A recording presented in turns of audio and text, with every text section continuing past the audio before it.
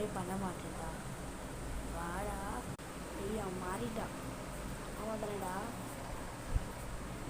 இன்னும் கிட்ட போனே மறைச்சிட்டான் அவன். எப்படா நான் இருப்பேன்? எப்படா இதை என்ன தள்ளி விட்டுட்டியே? என்னோட உண்மையான முகம்டா.